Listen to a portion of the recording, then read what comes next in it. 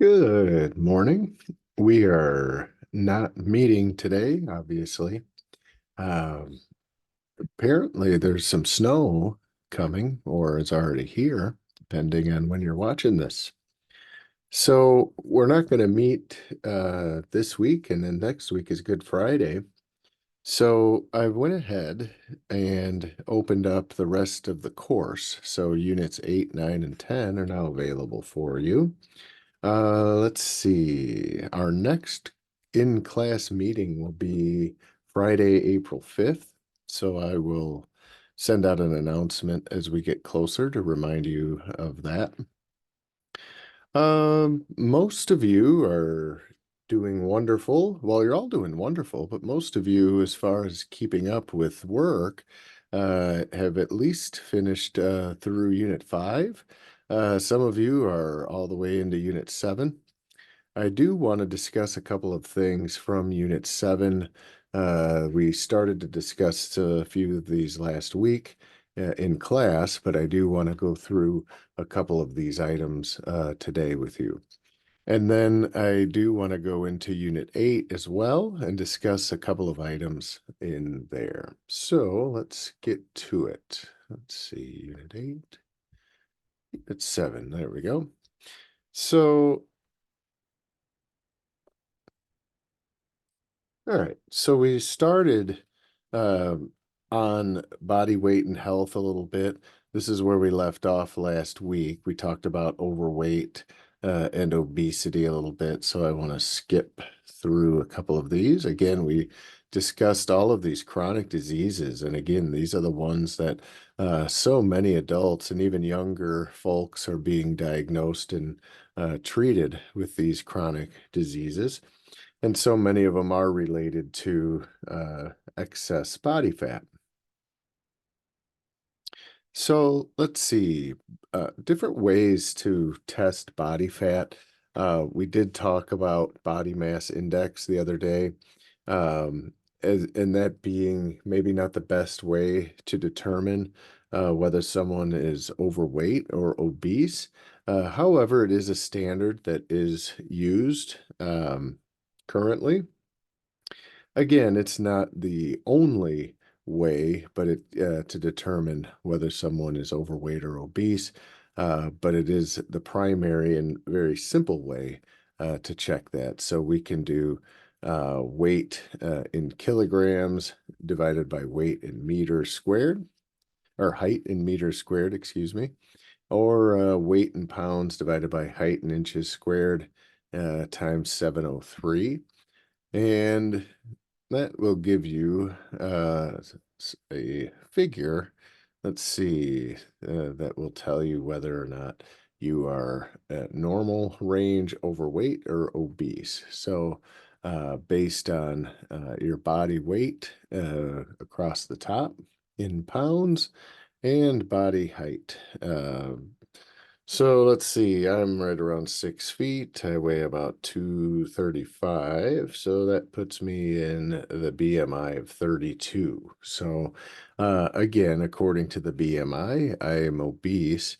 In order to be in the normal range, I'd need to lose, probably about 23, about 50, 55 pounds. I don't know how healthy that would be for me because of the body type that I am. Now, we don't really get into it this semester too terribly much, but you may come across the idea in a health class of different body types, ectomorphs, endomorphs, and mesomorphs. So, based on your parents and your grandparents and your great grandparents, so your heredity and your lineage, that can certainly determine whether you have more of a kind of a gaunt, lean body type, or kind of a medium build body type, or maybe a larger body type. So, again, there are a lot of factors that determine whether or not you are healthy as far as your weight is concerned. Weight, again, it's only part of the story. In fact, weight alone is definitely not the only way to determine whether or not you're healthy. So, so anyway, there are range. We'll talk more about that as we go. Uh, percent. In fact, the next unit 8, we get into body size, activity, fitness levels, and nutrition. So anyway, percent body fat, is a range. A young, healthy female, 21 to 32% body fat. Young, healthy male, 8 to 19%. With age, our lean body mass decreases and body fat increases. So a couple of different ways to test body fat percentage. Probably one of the first two are the simplest ways.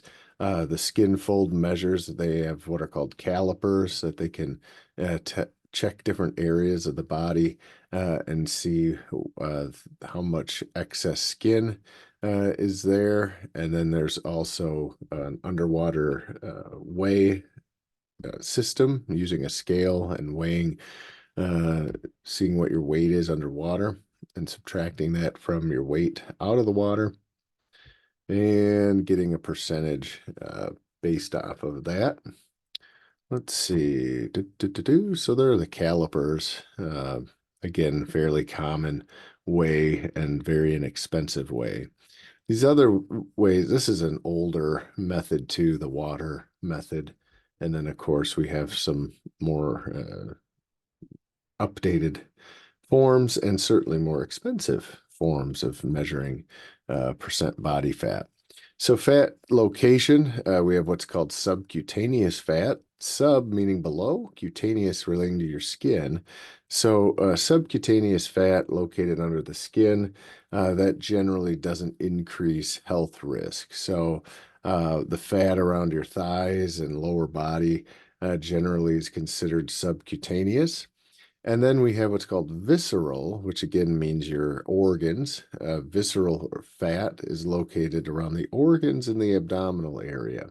This type of fat does increase health risk. So this isn't fat that is just below the surface of the skin. This is actually within the abdominal cavity, which you can see here. So subcutaneous fat is fat just underneath the dermis or just deep to the dermis, and then the abdominal fat. Okay. That shows the apple and the pear shape there.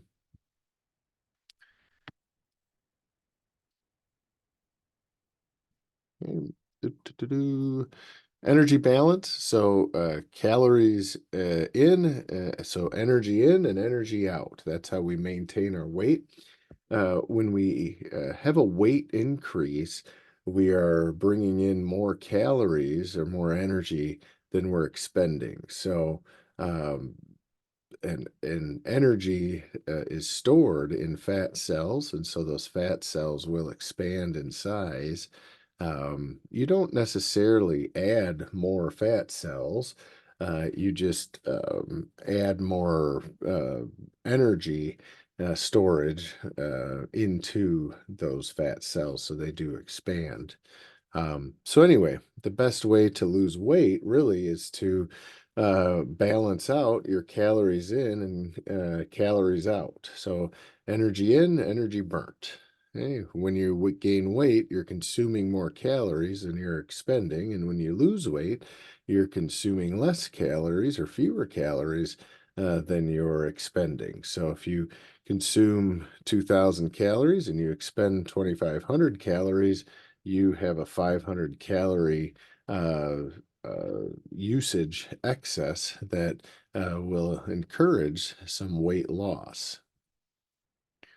Okay, so again, where does energy come from, or where are calories brought in? And that's certainly, we've talked about this extensively all semester, what you eat and drink. And again, you get carbs, 4 calories per gram, protein, 4 calories per gram, and fat, 9 calories per gram. Okay, and then alcohol has 7 calories per gram. That certainly has a lot of the carbohydrates, but it also has some other ingredients that add to the caloric intake. Nutrient consumption tables and food labels can be used to determine caloric intake. So, the total amount of energy used by the body is going to be for the normal homeostatic basics. So, your heart rate, your blood pressure, so your normal body functions. Okay? Any physical activity that you use your skeletal muscles for, and then your smooth muscle digestive tract from mouth to anus, that processing system is also going to use up some ATP or some energy. So, roughly 60 to 75% of the energy that you consume is going to be used on what we call basal metabolic functions. And metabolism just means chemical reactions. So, the base or basic chemical functions that keep you alive, that's 60 to 75% of total energy. So that BMR, basal metabolic rate, is the rate of energy that you use at rest and fasting. Now, again, fasting is just a fancy way of saying between meals. So, um, right now during the Lenten season, certainly a lot of folks are doing a different type of fasting. Uh, they're maybe eliminating red meat or alcohol or chocolate or sugars or whatever. And again, eliminating sugars is not a good idea. That's your primary source of energy, okay, for cells. But anyway, BMR, basal metabolic rate. So that's how much energy you need at rest, how much energy you use up. That's higher in men than women, and certainly as we get older, our BMR does decrease. And it certainly is lower when our caloric intake is lower than the body's needs. So, um, these different factors and the effects over here. So, we get an increase in BMR with these different factors, and then a decrease with a couple other ones: a low calorie diet, starvation, low thyroid hormone levels. Yeah.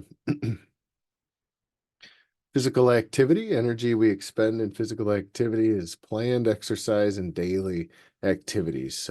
Um, so again, all of you do the basics.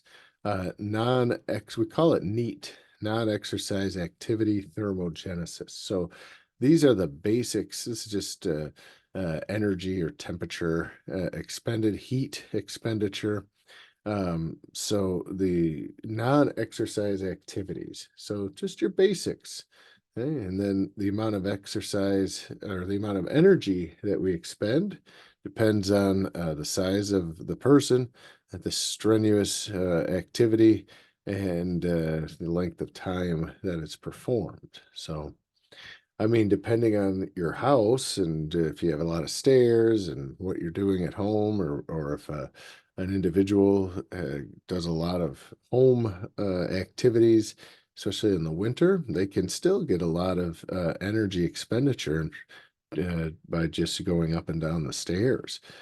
Some people get treadmills, or um, a lot of people go to shopping malls or grocery stores in the winter and walk around just to get some sort of energy expenditure. Because otherwise, your calories in, you're using the basics, and you're not. Or you're using the calories you take in just to do the basic metabolism, but then you don't do any activity, so you're going above and beyond. So if we go back here, 60 to 75%. So if you consume a 2,000 calorie diet, we'll use 70% of those calories are going to be used just to keep you functional. So 70% of 2,000, let's see, is 1,400. So 1,400 of those calories out of 2,000 are used just to keep you functioning. So that still leaves you with a minimally 600 calories. And if you don't do any of even some of this non-exercise activity, um, you've got 600 calories of extra energy every day that you're going to store away. So, so anyway, let's see. And that compounds, right? 30 days, you got 600 a day extra over 30 days. That's 18,000 extra calories of energy that's going to get stored in your adipose. And again, it's going to go in that visceral adipose. So this shows some of the physical activity levels and physical activity values. Adult in the very active category spends at least 2.5 hours a day of moderate intensity activity, or at least 1.25 hours, 1.25 hours of vigorous activity. So that's at the very active, active, and so on. So an adult in the sedentary category does very little activity other than the basics. So you're going to see time in minutes per day. They're not doing anything. Yeah. So really, the recommendation is, for physical activity beyond just walking from couch to refrigerator back to couch.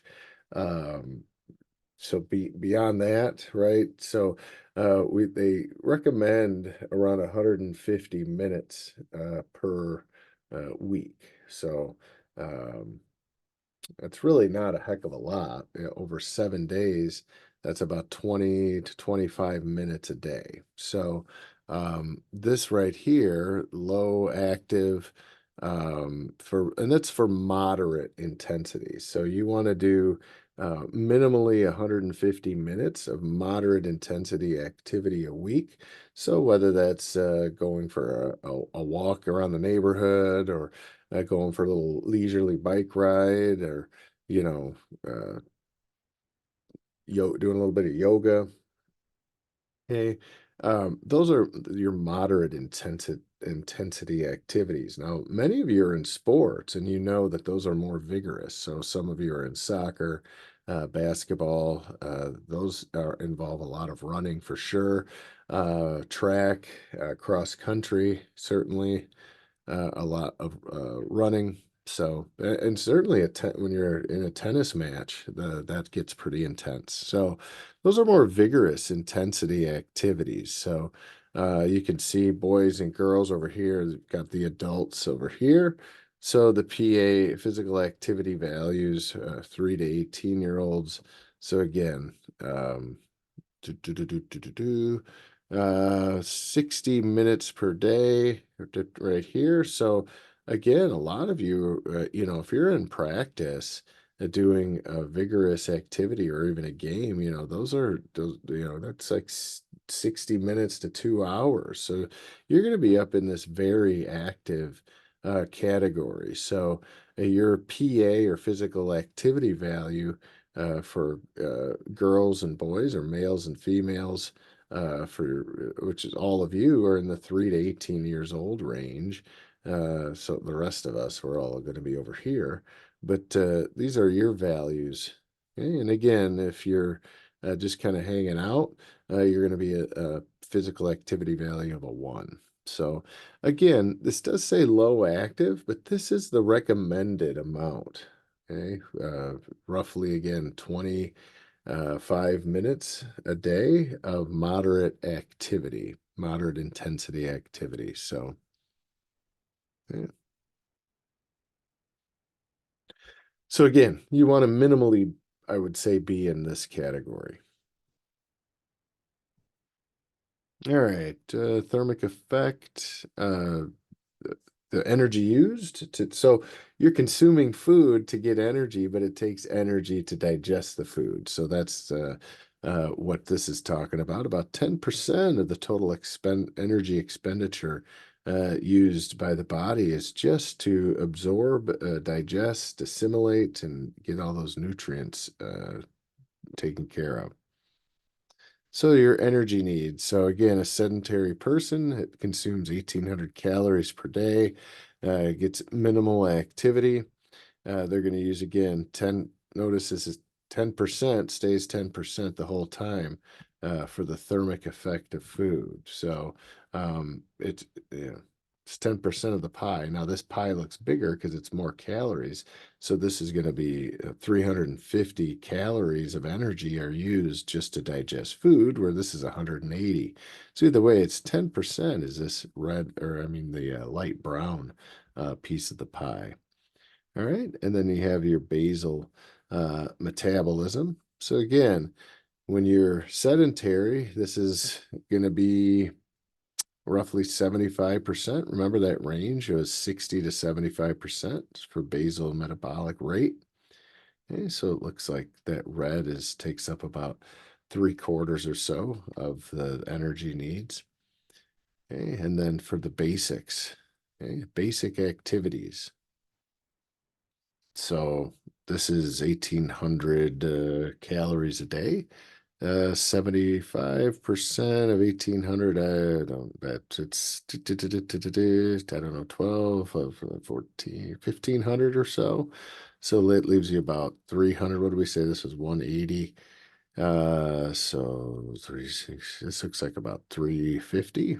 So 300, 350 calories is all you need just to do the basics. And then the rest is for basal metabolism. All right, and then so on across the board. So you can see the activity need a very active person, more of their caloric usage is going to be for those activities. And notice they have to consume a higher amount of caloric intake per day. Okay. I don't want to get too in depth with this, but we already know that carbs, proteins, and fat provide us energy. Carbs, again, are going to give us that immediate energy, and glycogen is the stored form of carbohydrate, and that can get converted into glucose. And that's, of course, what cells use for energy. And then we can see there's adipose storage. So when you consume carb, protein, and fat, notice some of the carb, the majority, are going to get used and stored. We get store about 70 grams of glycogen in the liver, and then we store a little bit more in muscle. And then we get that usable form of energy for the cells called glucose. So when we gain weight, the energy so we consume all of this energy, and notice it's all going right over here into the adipose tissue. When we have weight loss, we're going to use up a lot of that energy that's stored in the adipose tissue, as well as use up some of the body protein and glycogen that's stored, convert it to glucose, and we're going to get energy expenditure or energy out that way. So energy in isn't happening. We already have the energy, and then we expend it. And that's how we're going to lose some of that weight. Okay, so estimated energy requirements, number of calories needed for a healthy individual to maintain your weight. So again, that's based on all kinds of factors: gender, age, height, weight, activity level, life stage. And we need to know the physical activity value. So remember, that was back here on this chart. So depending on where you fall in the very active, active, low active, and sedentary group, tells you what your PA value is, physical activity value. Okay, so here are some equations that you can use. Find your weight in kilograms and height in meters. So you can even use the Google machine to do that. Okay, and then the PA, again, it gives us a formula, and then the PA from that chart is where we plug in right here. So the appropriate energy requirements vary depending on, again, if you're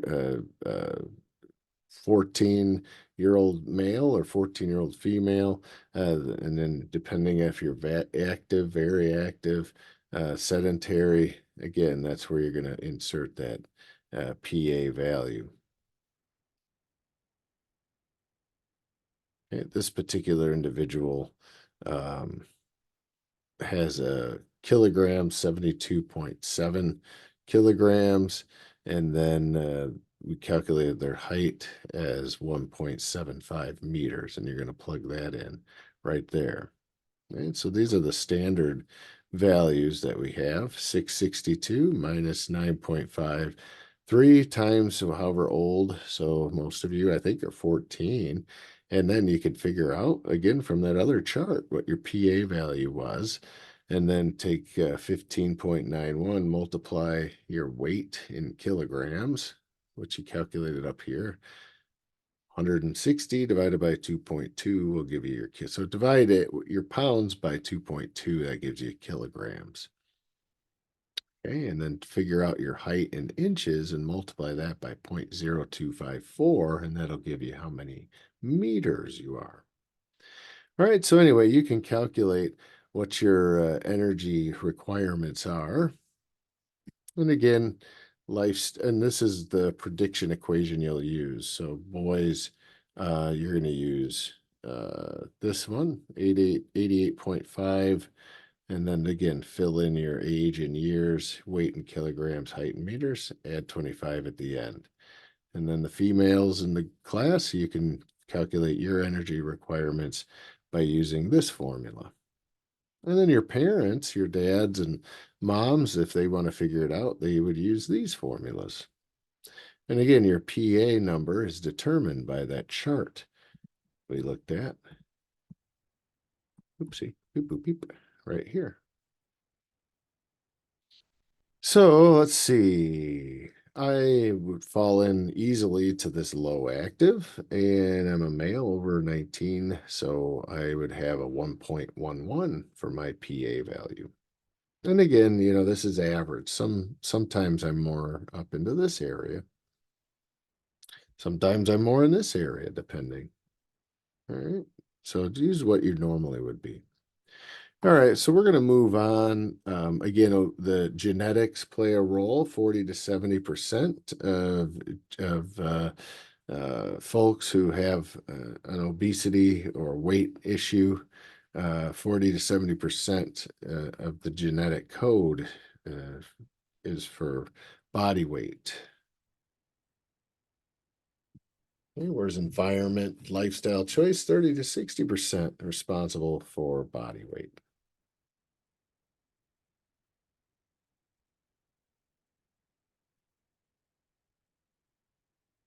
Set point, we talk about this a lot in physiology, but this is your normal spot with your weight, your height, your blood pressure, your heart rate. We all have a certain set point for our different ranges of physiology. So body response to short-term changes in food intake and long-term changes in stored body fat. And again, your set points are determined in part by your genetic code. Okay, satiety, being sated, that just means you're full. Your body tells you generally when you're full. Food in the stomach causes stretching. Everything stretches, and then eventually the nerves send signals of the brain saying you are full. And here are a couple of the hormones that are in the stomach: ghrelin, peptide YY, which is throughout the GI tract, primarily in the small intestines. And then we have leptin, whoops, from adipocytes or adipocytes. These are fat cells in the small intestines.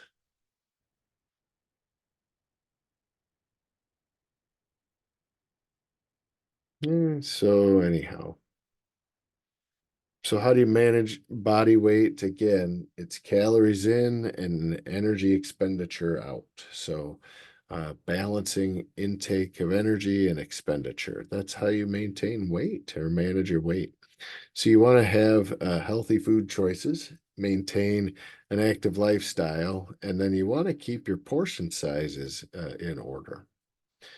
So anyhow, you guys can go through and read through some of this yo-yo dieting versus weight cycling, modifying behavior. That's probably the most difficult thing for all of us, and this comes into play not just with consumption, but really anything with studying or work habits or whatever it might be. We sometimes have to modify our behavior. So if our thought patterns aren't adding up and our behaviors go with the thought patterns, if it leads to unhealthy uh, body, then you're going to have to rely on potentially other to help you out. So you want to be as much in control of modifying your behavior when it comes to what you put in your mouth and what you put in your eyeballs and your ears. So the ABCs, kind of the basics. We look at what are called antecedents. So keeping a log of everything you eat or drink, when you eat, where you eat. So this is generally the first thing that we try to help ourselves, certainly, but if we're struggling, but certainly those around us, patients or friends or family. So we want to, first thing we do is keep a journal. So this is what all of you have been doing, keeping a log of everything for the most part. I mean, some of you aren't telling me every single thing you eat or drink, but you certainly are more aware of it. When you eat, uh, when are you eating? Where are you eating? Are you in the car, on the go? Are you in class? Are you on foot? Are you, right before practice, right after practice? All of these things matter. So what are you doing while you're eating? How do you feel when you eat? So we really look at every single factor of what's going on and the choices that we're making, and we have to identify those early factors before we can modify behavior. So a common antecedent is to overeating is watching television. So again, some folks, they just the what they're eating, when they're eating. They eat in the evening, and they're in the living room. They're on the couch. What are they doing? They're watching TV.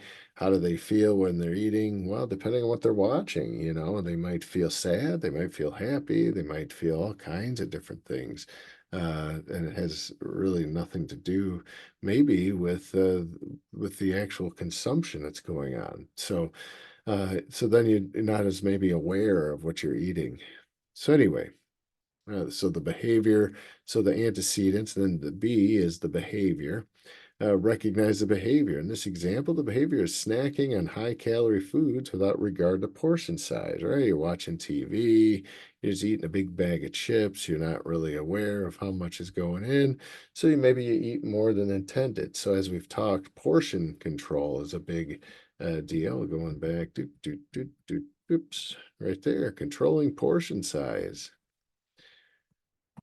So again, that's one of the main three factors of maintaining a healthy weight. So, so anyway, if you notice that behavior, the antecedent is to overeating is watching TV. You're not paying attention to portions. It's the behavior, so you eat more. And then the consequences are long term could be weight gain. Short term, you could feel guilt or remorse, or you're trying to manage your weight, and you shouldn't be doing it. And boy, oh boy, so you don't want to get into that cycle. So you can modify the behavior, you recognize the antecedent, and then that can help you change. So maybe instead of taking the whole bag with you, you just pour a portion of the bag into a bowl, and then you take that bowl, and then you still feel satiated. You still feel like you got that snack in, and yeah, but you didn't overdo it. So you feel better about yourself. Self-esteem goes up, and maybe you notice that you're not weighing as much. So yeah, you want to, gaining weight is okay, and losing weight is okay. It just depends on where you are and how you feel and what's going on at the moment. So, but yeah, you generally don't want to be having dramatic fluctuations in weight up or down. Eventually, you guys are all younger, so eventually, your bodies are going to kind of settle into a set point, and that might be not be that might not be until you're in your 30s. So in the meantime, you may notice fluctuations in the weight. So don't be obsessed with getting on a scale and seeing how much you weigh. That number means nothing to anybody except you. So that's one of the main things you want to get out of your mind is just simply judging where you are and how you feel by the number on the scale. So you should probably go more with your energy levels, how well you're able to think, and the mental clarity that you have throughout the day. How well are you sleeping at night? A lot of different factors go into um, to whether or not you need to add or subtract regarding nutrition. So anyway, paying attention to a lot of your mood, your attitude. Do you just kind of feel overwhelmed, or kind of feel like you're maybe sad or depressed or dying, feeling a little anxiety? You probably need to eat something. You might need to get some healthy foods going and eat some fruits and veggies, get some honey and some water, and maybe go for a walk outside, get a little physical activity. Maybe you've been eating plenty and you just need to be more physically active. Your body's telling you to get some sun and get some fresh air. So anyway, yeah. Now, if you could have or someone it could be a hormone imbalance or a glandular issue, certainly a medication issue that's causing someone to lose or gain weight and not be able to manage their weight. So anyway, um, let's see, if they're not getting enough food, gradually increase energy density. So if the person is malnourished on the not getting enough food or not getting enough calories, and this is what we want to do for them. And then if we want to lose weight, generally it's more like we say, it's a matter of being aware of calories in and energy out. So changing some behavior modifications, lifestyle changes can all help. So you want to avoid fad diets. You really want to avoid diets in general. I think the idea is having this kind of lifelong awareness of consumption protocol being in order. So it's a lifelong process, and your tastes change, and your needs change depending on what's going on in your lives. But yeah, you definitely don't want to get wrapped up in fad diets. That has like a beginning and an end. They usually are out to sell products or sell books, so they may not even be recognized by the USDA or the FDA or the ADA. Hey, so just eat a healthy diet. That's the only diet we want to think about. Yeah. Yeah, people take the slim fasts and you know, I mean, that's fine, but there are a lot of other things that you can do to avoid spending a ton of money on a bucket of Slim Fast when you can just eat an apple or some grapes or some blueberries. And so Uh, but anyways, you got the whole, remember, whole grain, whole wheat, whole anything you want to go with if possible. You want to try to avoid bleached flour. You want unbleached. And again, if you want to go with whole grain, and it doesn't, sometimes folks say it doesn't taste as good, but you can use the right kinds of oils and spices and herbs, and they have their own nutritional value. So anyway, they got some salmon, it looks like here, and asparagus. So anyway, weight loss medications and supplements. Again, these come from doctors. They need to be approved by the FDA. There's a lot of debate constantly about pills for weight loss or procedures for weight loss. In my day, 25 years or so ago when I first got into this field, They were doing liposuction, maybe 30 years ago. Then it got into stomach stapling, and then you had what was called Dexatrim, and which was a pill. Basically, it was speed, so the doctors were prescribing amphetamines, for people to lose weight in the 80s and 90s, and then um, the it just became um bariatric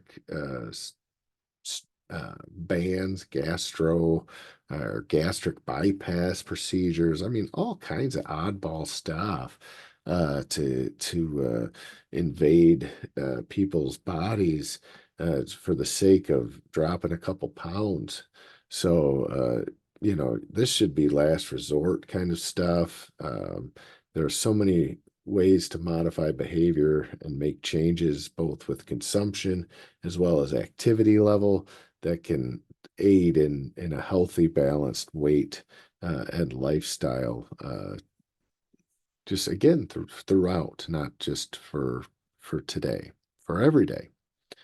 All right, and yeah, I mean we all have our uh, opportunities to indulge in certain foods or beverages that maybe are treats, and that's okay. But if you do indulge in treats, you're going to have to pay attention. It's going to be Easter soon, so I don't know if the Easter Bunny is going to come and drop off a bunch of Easter baskets and eggs and candy and all kinds of stuff. But man, that's a time that, if you're not careful, you can, like Halloween, you end up wolfing down a bunch of sweets, and then your guts are blown up and you got a bad attitude, and your poops are sideways and they hurt, and you got the sniffles and the sneezers, and you can't breathe. And yeah, it's because you wolfed down, a couple pounds of sugar in 3 days, and you're not used to doing that because it's the holidays. Well, just, okay, but know that don't do that every day. So if you do that every day, you're gonna have chronic sniffles and chronic congestion and chronic hard pebbly poops that only come every 3 or 4 or 5 days, and constantly you'll be constipated. I mean, there's a lot of side effects for all that refined sugar. So, but anyway, so avoid. You don't want to be take lack of a pill isn't why your weight is out of balance. So don't take a pill to balance your weight. All right. Fat burners. These are the big dogs, like I say, back in the 80s and 90s. Ephedra, you could get, we called it trucker speed back in the yellow jackets and all these. You get these at the gas station. Maybe you still can. I don't know. But no dose, that was something that college kids would have, or people that were working third shift assembly line jobs or truck drivers or whatever, So finally, in 2004, they banned a lot of this stuff because it was just blowing people up. So, um, giving them heart problems and everything else.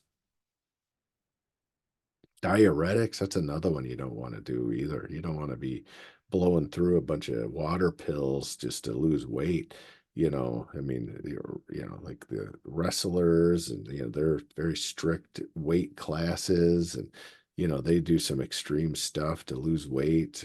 Not a good idea. It's just when you're young, your body can handle it, but when you get older, the side effects from all that bad behavior catch up to you. So, and yeah, here are the ones I was telling you about earlier: liposuction, gastric bypass, gastric bands. These are bad news bears. Lack of this isn't why, yeah, we're just going to get rid of this part of your stomach. And so shrink your stomach by removing a part of it. I mean, look, if you've got some sort of severe, issues going on, and we definitely have to do this to save your life, then okay. Got my 600-pound life TV show, and you say, well, you're gonna live another decade if we go ahead and just remove part of your stomach, and there's no other option if you want to live. Well, okay, now I could see that being effective, but so anyway, surgery, a good solution to obesity. So Al Roker, he had some serious weight issues, and then he had gastric bypass. I think he had maybe this one done. I'm not sure. He might have had the lap band, but anyway, he had something done, and you know, there you go. All right. So eating disorders, again, you guys can read through these. I think you guys have a health class. I'm not going to spend a lot of time on these. If you have any of these issues or know of anybody who does, so if you're starving yourself or if you're puking after you eat, if you're binge eating, just you get a bad grade or you get somebody gives you a sideways look or your girlfriend or boyfriend, they're dating somebody else or whatever, you end up, it's because they don't like the way I look, so I need to start puking. Don't do that. If there's somebody broke up with you because the way you look, then that's their problem, not yours. You probably look just fine. They're the ones with the problem. So you don't need to start puking or start starving yourself or start just gorging on everything in sight. So I know it's when you're young, there's a lot of drama and emotions run high. Oh man, there's a lot going on. So I get it, but the last thing you want to do is really start going after starving yourself or puking yourself out. So the long-term effects of the short-term effects of that are bad enough, let alone long-term. So there are many, many other ways, and if there's some sort of bullying or harassment or neglect or abuse going on at the house or at school or behind closed doors, then by all means, there are counselors available at the school. Gateway has counselors as well. So please, don't let it spiral out of control. Nip it before it happens. If you know people who are going through this stuff, talk to them and get them the help they need because people die young and not a good, healthy. I lived to be 100 years old and go to sleep one night and never wake up kind of death. This is a bad, painful problem. So don't beat yourselves up. You guys have a lot going on, and last thing you need to do is make it worse by starving yourselves or puking.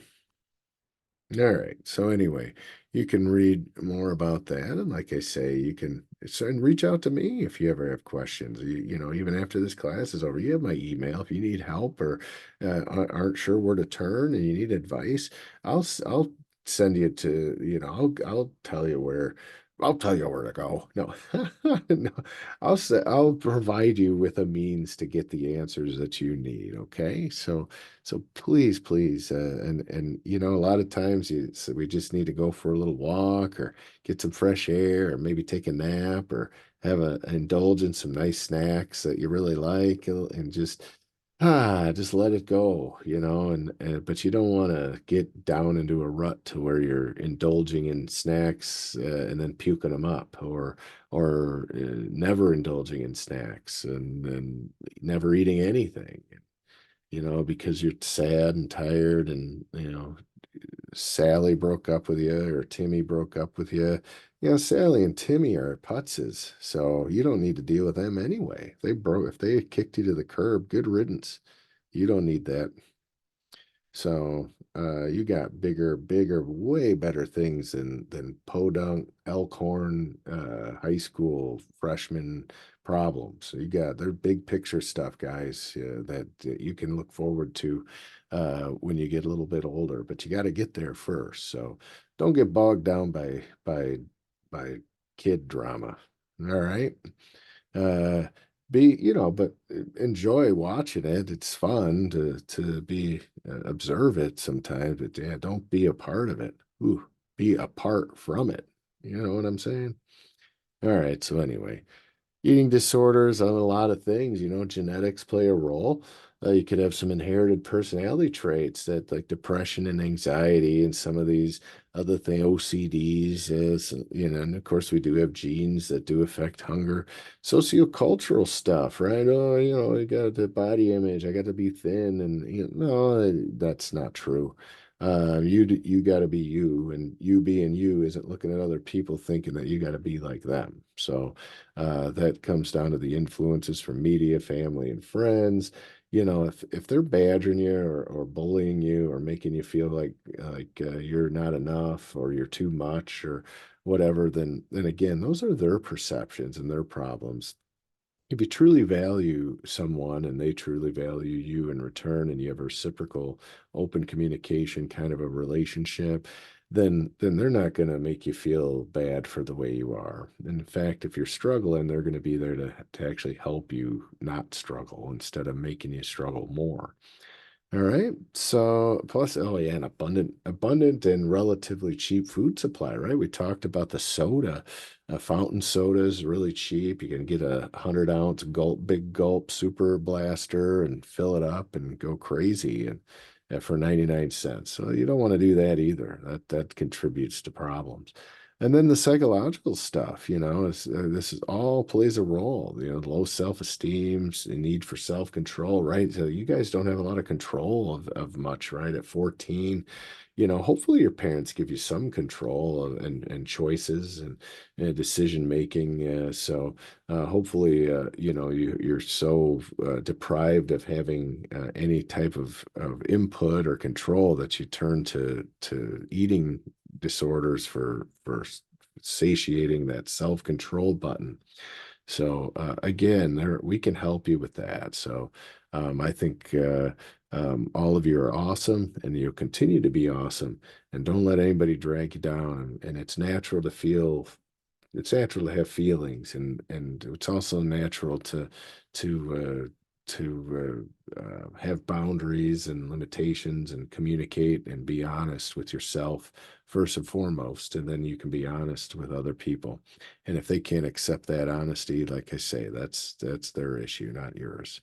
You're there to really just grow and be healthy and also, like I say, recognize when you're feeling a little down in the dumps. Think about what you've been eating. Going back to our journal stuff, going back to that, what are these antecedents that trigger some of the stuff here?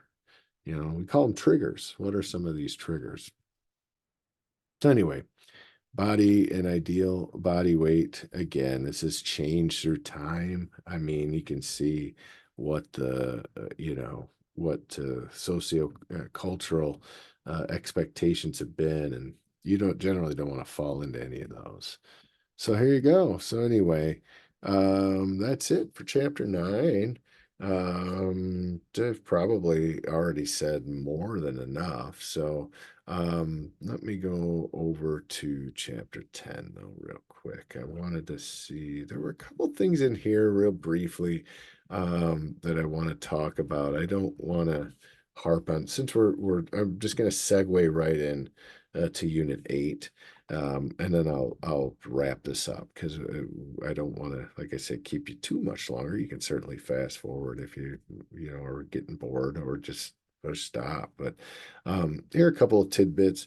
Endorphins, I mentioned these in class. Those are the feel-good chemicals in the body. These are neurotransmitters in the brain. They improve mood, self-esteem, and physical activity boosts endorphins, which then improve your mood, self-esteem, vigor, and overall well-being. So, like we said just a few minutes ago in our last chapter, physical activity, you have to balance that expenditure of energy, and otherwise you're going to just accumulate calories. So we need to be physically active.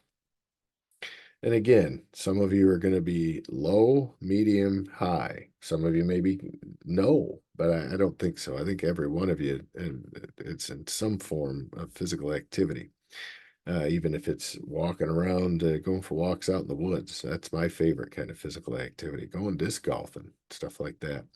All right. So, if you're having trouble sleeping, if you're extra stressed out, having some depression, anxiety, I'm telling you, man, physical activity can reduce that stuff.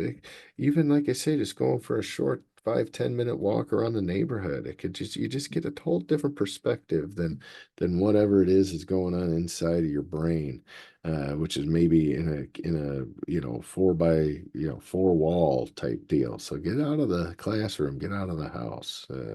Every single day for a few minutes at least. Get some fresh air. All right, so those are some of the benefits, right? Mood enhancement, helps with your muscle mass and your joints. Just everything feels better. So, so anyway, you guys can read through some of this if you'd like. A couple of components to physical fitness. Again, this is a nutrition class, so I'm not going to harp too much on this, but I do want to mention a few things because energy in, energy out, right? So that's part, this is fitness and physical activity is a component of health for sure. So endurance, strength, flexibility, and body composition. So we did talk about body composition just a few minutes ago within this discussion. So all of us have a different body composition. So we want to definitely, are we looking for looking to be more lean or more thick or with more strength or more flexibility? So all of these lead, endurance, strength, flexibility all kind of lead down to this body composition. So endurance is cardiovascular generally. We think of how long you can perform an activity. Strength is how much weight the activity involves, and then flexibility is how able are you to stretch and be able to perform these activities. Now, some activities require a lot more flexibility than others, but pretty much all activities require some flexibility. Just like pretty much all activities require some strength and endurance. So all of these play a role in fitness. All right. So again, endurance, we think of cardio, respiratory, cardiovascular activity. So anyway, we have swimming is probably one of the better cardiovasculars that we can do. So we call these aerobic activities, use up oxygen. Then we have strength, again, the how much we can lift, and then endurance is how long we can go for. Now, again, depending on what you're going after, if you're going after a lot of power and strength and short bursts, you want to do high weight and low repetitions.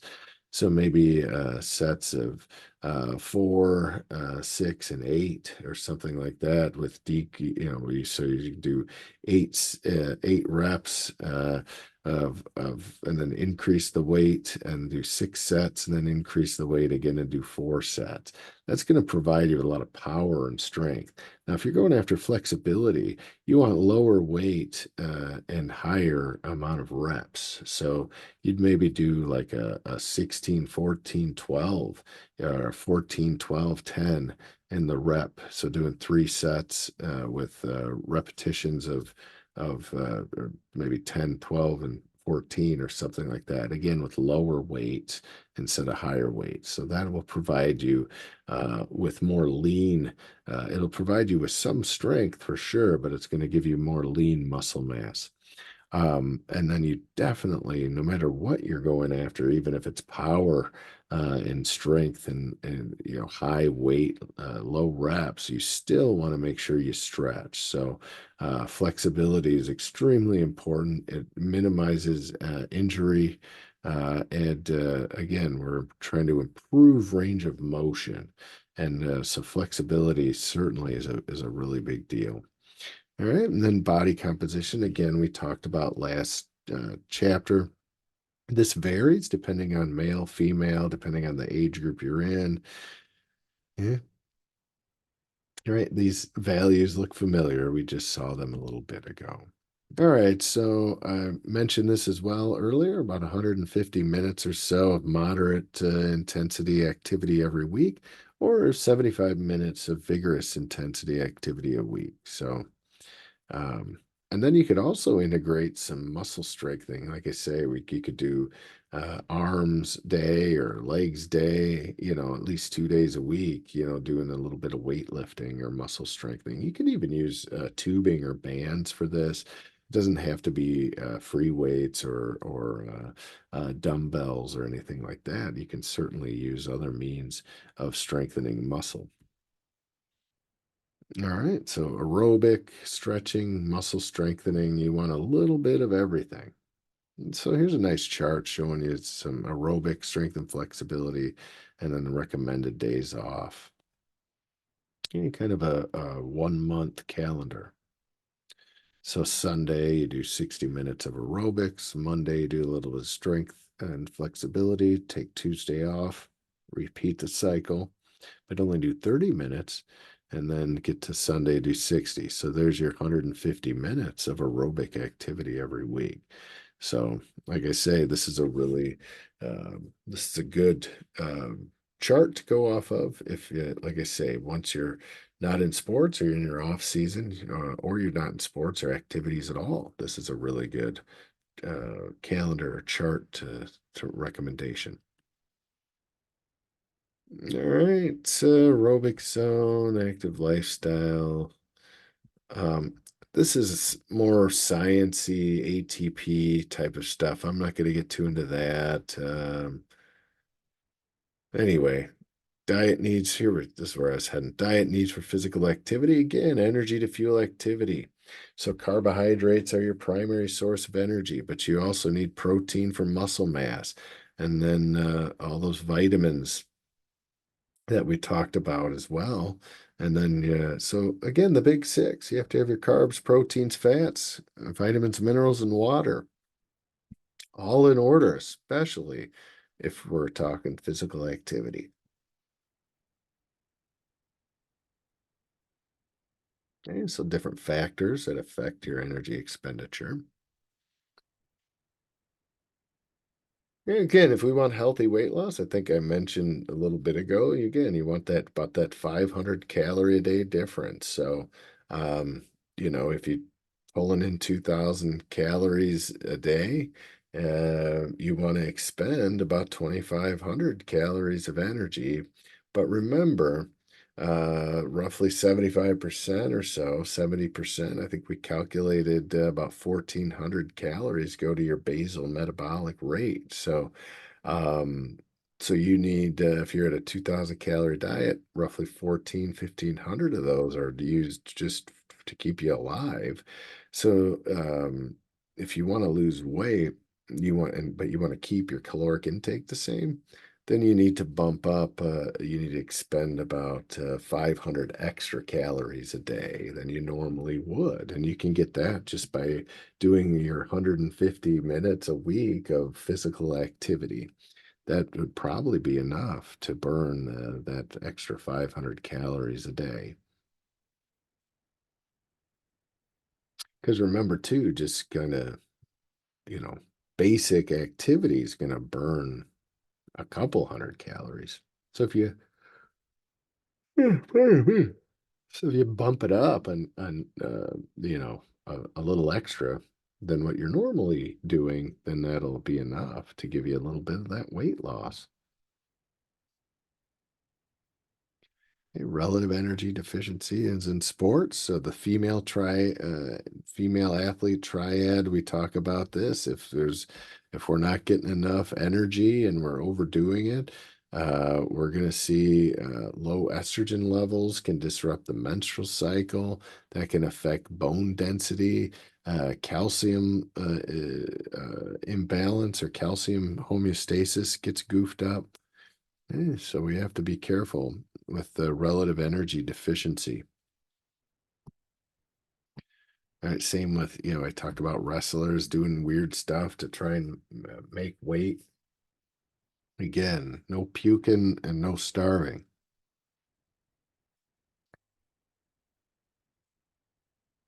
Okay, carbs, fats, and proteins. We went through this in class. So you can go a little bit further with that, or you can see this chart as well. We've seen this pretty much ad nauseum, right? Again, you want at least 55% to be carbs, and then another 25% to be fat. That puts you at 80%, and then that gives you 20% of your caloric intake from protein, even with a healthy lifestyle. So there's your pie chart, your proportions.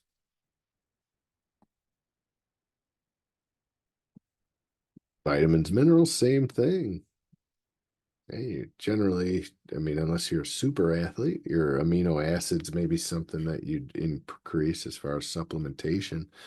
But as far as vitamins and minerals, no, maybe boost magnesium, I would say.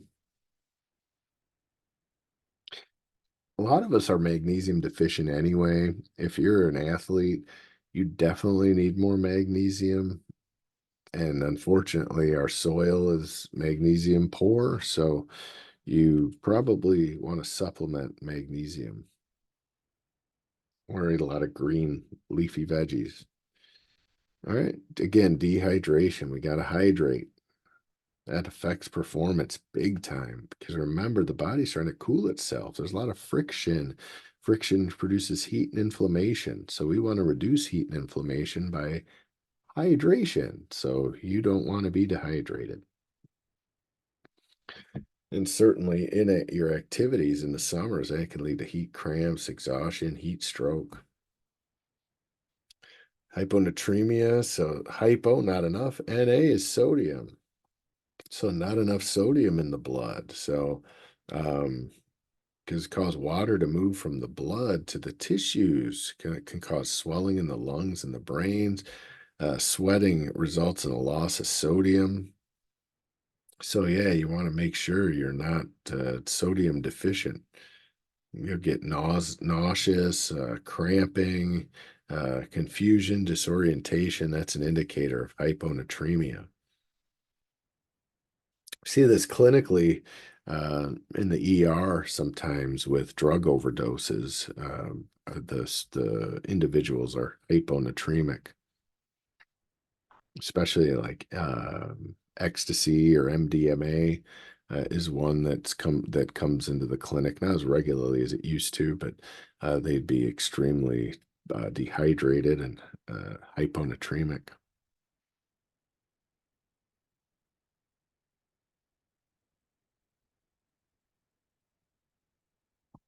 Anyway, you guys can go through this stuff pre-competition meal. You definitely want to eat 1 to 4 hours before the competition or the activity. So if it's 3 or 4 in the afternoon, most of you, I think, are eating certainly at lunch. You don't want to eat right before you go out. You won't feel very good. You'll be more sluggish. You maybe have experienced that. Avoiding spicy foods, low fiber, low fat, hey, high in carbs. That's what you want. Avoid large amounts of simple sugars. You want more complex carbs, pastas, breads, rices, things like that. Now, during exercise, so less than 45 minutes. If the activity is less than 45 minutes, nothing, just drinking water during the exercise. If it's over 45 minutes, so soccer games, for instance, you definitely need to add carbs into there. So you need a lot of times I'll give you Gatorade in that, but I'm telling you, honey water, it's really good for that.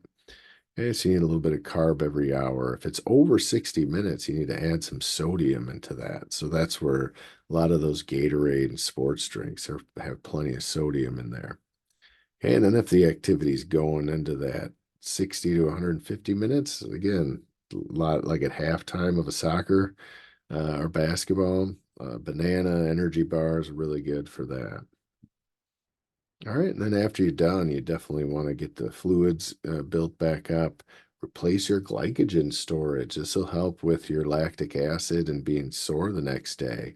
So again, you want to boost your high carb, okay, after the fact too. So before carbs and then after carbs. And then you also want to get that high quality protein going within a couple hours after you've exercised. So there you go. Ergogenic aids, these are supplements for performance. This is like basically GNC is an ergogenic aids store, a supplement store. Um, Again, if you have the right kind of regular diet and vitamins and minerals included, you probably don't need any extra ergogenic aids. But like I said, you may, depending on what sports you're in, you may need to boost some amino acid, specific amino acids, um, and definitely magnesium. But anyway, yeah, I would avoid supplements and certainly going to avoid anabolic steroids. Eh, growth hormone. All right, that's it. You guys have had enough. So hopefully you enjoyed that. I'll see you in 2 weeks and happy Easter, everybody.